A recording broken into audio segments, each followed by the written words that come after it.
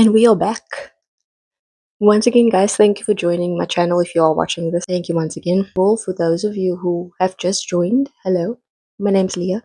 And recently I've been documenting a series on my new upcoming single and music video called Amor Como la Ruleta. So just to keep you guys up to scratch, I have a whole series of videos you can check back on my YouTube page. There's 2 other videos before this one. You can go have a look at it, check it out.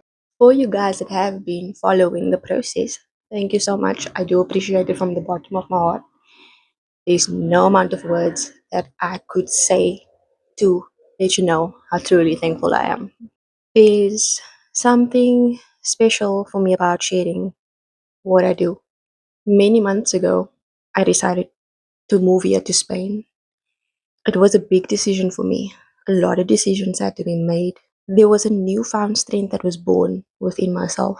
That was the ability to be able to share what I have internally with people that are closest to me, and even for those that don't really know me personally, to get to know my artistic side. The reason why I'm making this series is that there's a story behind music. There's a story behind the person who writes the song. There's a story behind the person who crafts the melody, whether it may be in a studio, whether it may be on a laptop, whether it may be on a guitar, playing the piano, the saxophone, the grafting work of creating and composing a melody in the process of creating a bigger picture, which is where a song is born from. Some music does not need words. The melody is the word, it is the emotion. Some music has the emotion but needs the words to tell the story. I've been writing songs for many years. Most of you, if not all of you, don't know that. But I have books and books stashed up in South Africa that is dated back to 2009. I remember writing my first song in grade 9, if I'm not mistaken, and I still showed that to my friends Sadika, Tashrika, Keegan, Sasha, Candace, Simone. Those were my group of girlfriends that I had back in high school. And they witnessed me that day. And I'm not sure if they will remember because it was so many years ago. But I wrote my first song that year in grade 9. And from there, it just took off. I didn't know what I was doing, but I was just like, I like this. I can relate to it. Like it's I'm vibing with it. I'm connecting with it. It makes me feel, it puts me on fire. It was not only until 2021 when I started learning how to produce. And the only time I visited a studio was with Damien back in Cape Town. And he's an amazing producer. And I've worked with him for a short time on the project of my first single, Value You. In 2021, I did the first production, songwriting production. And I was learning the art of composing and producing music. And it was not only until I worked with Damien that I realized how much more I needed to know. I really appreciate that effort and that work ethic that came from him. Damien, if you're watching this, hi. And I've collaborated with many artists after that. And it was such a pleasure. If any of you are watching this, it was such a pleasure to work with you, all of you. Those of you who don't know that, that's where Value You was born from somebody just asking me, hey, can you write me a song? So when I came here into Spain and I learned a whole different culture, I got inspired again to not only write another song in my language, but to incorporate the culture of this country to some extent. And so I may be going a little bit off topic, but this is like the vital things that I feel artistically there's a story behind every artist. Their journey matters as well because that is what makes up, that's the embodiment of them. You listen to artists, you don't even know who they are, but you know their music. And you love their music. But why do you love their music? Because they're speaking. They are speaking, but they have a story behind their music too. The journey is just as beautiful as they are because it's the person that they're made of that enables them to do what they do. And I feel if we can get to know artists as human beings as well, not just as artists, their journey and their story and who they are as people, we will understand and appreciate them even more than just seeing them as artists. So when I came here and I got that idea to incorporate a bit of Spanish with a little bit of English, I didn't know Spanish to save my life, but I tried. When you guys listen to the song, it may not be perfect, and that's not my intention for it to be perfect. You can see and you can hear that there's a story to be told. There's a story of trying truth, there's a story of love, there's a story of integrating what was once separate. I've seen a lot of division in our world amongst our people.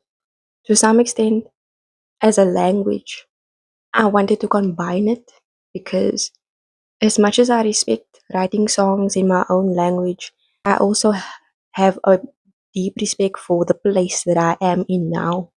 And I want to be able to give something back that shows that level of appreciation or awareness. Without further ado, I digressed completely, so my humblest apologies, but I hope that some of you that were listening all the way through, once again, it opened up your mind to some extent, on some level. In this video, we're gonna go a little bit into depth, not too much, but I just want to touch on some of the plugins that I will add onto the string bass instrument. You should know that this particular instrument is not a bass.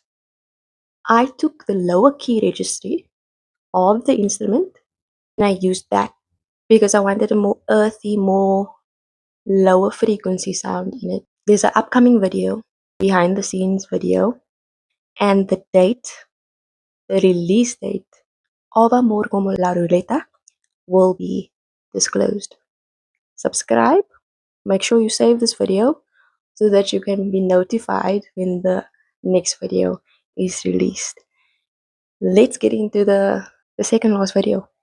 If you watched my previous video, you would have noticed how I changed the bass line from the transitioning from the first part to the second part, and I added in the particular bass line keys into this one so that it transitions well into the one before. Right. So we're gonna focus on just checking if these effects are at the right settings as according to what they need for the song in total. Okay. So for this particular song, for this string bass solo, we are going to add a compressor, a reverb, and an EQ. And I'm going to explain exactly why. So we're going to take a listen back without these settings, and we're going to hear exactly how it sounds with no effects. Clean. So here we go.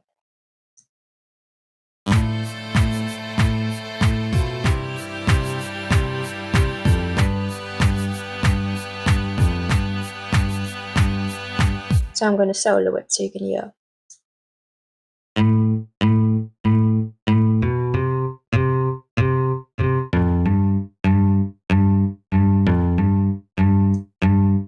Okay, I'll just add the volume a bit higher. So you can hear like a bit of the muddiness coming through. I can hear a sense of unevenness in the dynamic of the sound, which is in other ways it's good to have a dynamic sound, but for this particular instrument, I want it to be consistent. What I'm going to do is we are going to do the EQ. So now we're going to go into our parametric EQ, and you'll see that I cut out a bit of the low end here. In my reverb, I made my reverb wide. Okay, I made the size wide because it just broadens the ambience a bit more.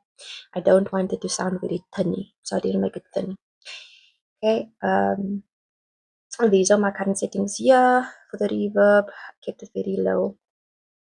And then as per my compressor, I put my threshold onto 20, my attack high, my release a bit lower, ratio 2 to 1, and my gain to 3. Okay, so when I put all this on, this is what it sounds like.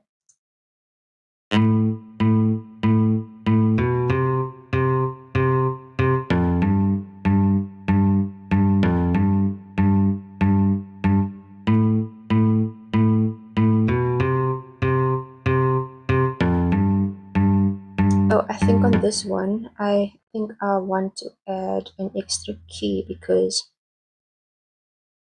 I wanted to bounce. I wanted to bounce into the next section. Like here. Like just there. There we go. You hear that? You hear that bounce. Let me play it again for you. Actually from here. No, from here actually.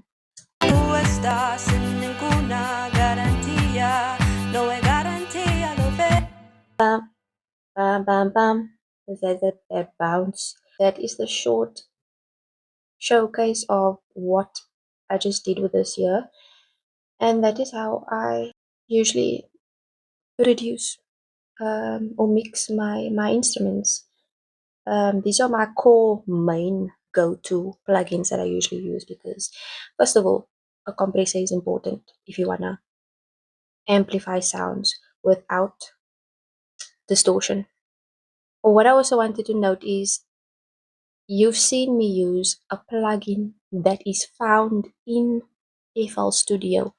I did not buy external plugins, and for those of you that are starting out, you do not need external plugins. Do not fall for the trap that you need to spend money on external plugins. Why? Because these are perfectly designed for FL Studio. They put a fruity compressor with all the settings that you need to make this compressor work for your particular instrument or your song. I might actually record some vocals, a little more background vocals, I think, just for ambiance. This is an ongoing project, and like I said, it's a documentary for you guys to see. So that is that.